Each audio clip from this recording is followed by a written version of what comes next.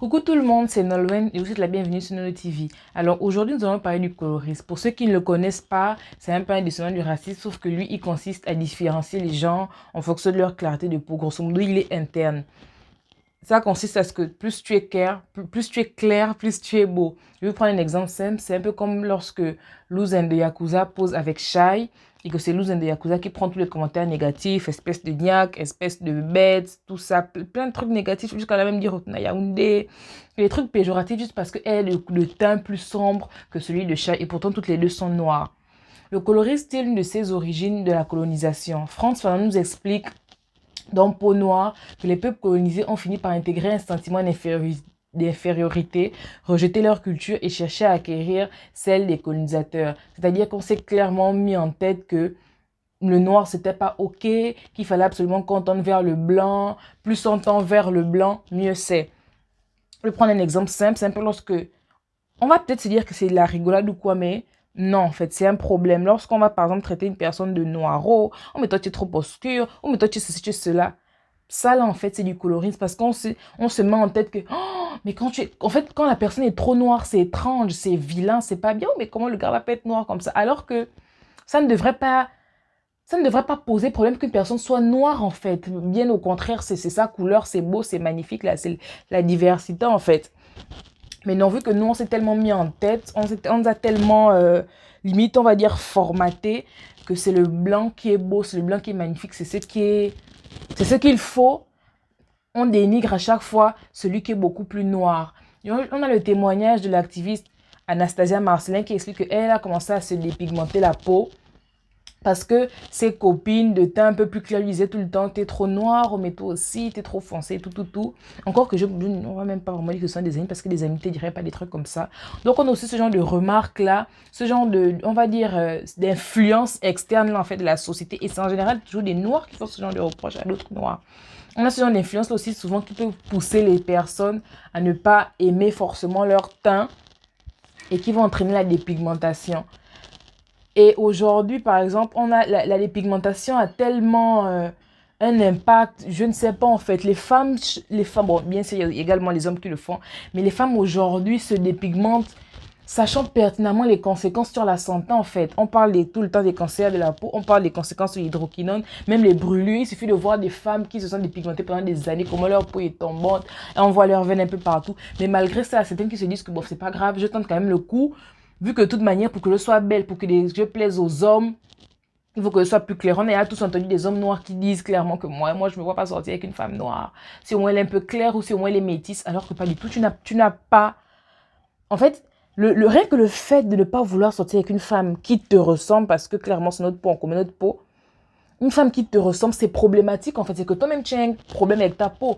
Il y a des personnes qui disent clairement que moi j'aimerais faire un enfant avec un blanc ou avec une blanche parce que j'aimerais au moins que mon enfant soit métisse. En fait, je ne sais pas si vous vous rendez compte à quel point c'est problématique en fait. On ne s'aime pas, on n'aime pas notre couleur de peau. On veut absolument tendre vers qui? Vers le blanc. Alors que non en fait. On devrait apprécier notre mélanine. La mélanine nous protège des rayons de soleil. La mélanine, c'est un plus qu'on a en fait, on ne devrait pas le voir comme un défaut.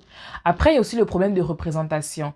Les noirs ne sont tellement pas représentants en général dans la société, il suffit de voir les poupées qui sont en général toutes blanches, il suffit de voir dans les magazines, même quand il s'agit de parler des noirs, on va te prendre des femmes comme Tyra Banks, des Beyoncé, des femmes qui sont noires mais de couleur très claire, qui tendent vers le blanc.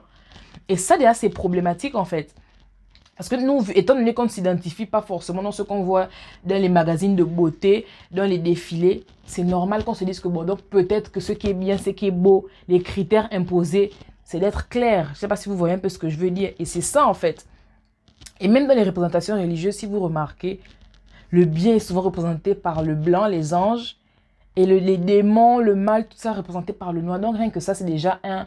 Bon, je ne vais pas dire vraiment problème parce que j'ai pas envie de critiquer les religions. Donc je préfère... voilà, en fait. Mais rien que ça, déjà, c'est un problème. Vu qu'on va se dire que bon, donc ça veut dire que moi qui suis noire, c'est négatif, en fait. C'est pas beau, c'est pas ce qui est pur, ce qui est... Voilà, en tout cas, il y a un peu tout ça qui crée un peu que... Nous-mêmes, dans nos têtes, on se dit, ouais, ok, donc le noir, c'est ce qui est pas bien. Donc, il faut absolument que je cherche à tendre vers le blanc. Vous vous rendez compte que les produits éclaircissants sont interdits dans plusieurs États, mais que malgré ça, il y a quand même des gens qui trouvent le moyen de les vendre, qui trouvent le moyen de les utiliser. en s'en foutant littéralement de prendre le risque de se faire arrêter. Vous vous rendez compte à quel point c'est profond? Attention, je ne dis pas que le colorisme n'existe que dans les populations noires. Le colorisme existe aussi dans certaines populations asiatiques. Je vais vous prendre un exemple simple. À Bollywood, par exemple, si vous remarquez, les acteurs, c'est-à-dire les acteurs indiens, ils sont tous blancs. Alors qu'on sait pertinemment qu'en Inde, il y a également des noirs.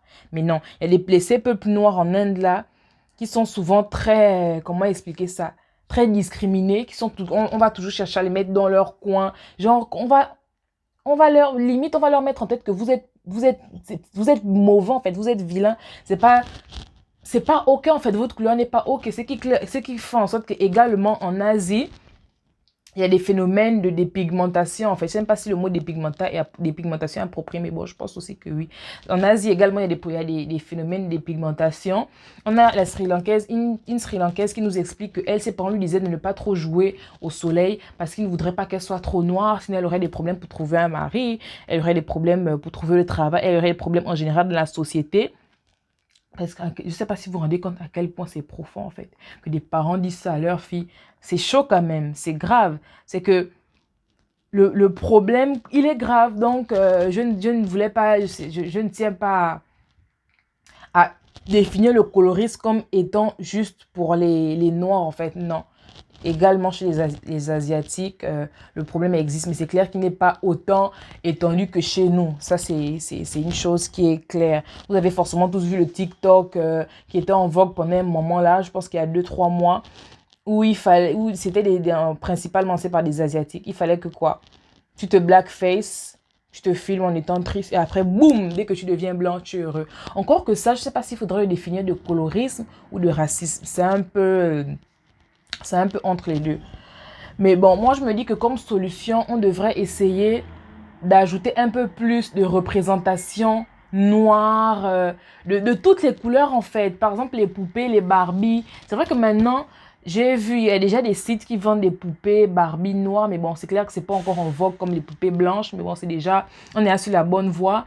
Les noirs sont un peu plus mis en exergue. On a Lupita Nyong'o qui a été nommée, je sais pas si c'était en 2016-2017, je ne me rappelle plus exactement de l'année, j'aimerais pas vous tromper, qui a été nommée plus belle femme du monde, une chose qu'avant on n'aurait pas vue. Et je me dis que peut-être qu'on est sur la bonne voie pour que les choses changent. Espérons, on verra. Bref, c'était tout pour aujourd'hui. J'espère que vous avez apprécié la vidéo et je m'excuse pour toutes les possibles lacunes que j'ai eu à faire pendant la vidéo. C'était juste mon point de vue. Hein. Je n'impose mon point de vue à personne. Mais j'espère quand même que ça vous a plu. Et voilà, j'attends vos avis en commentaire. On se dit ciao, à la prochaine.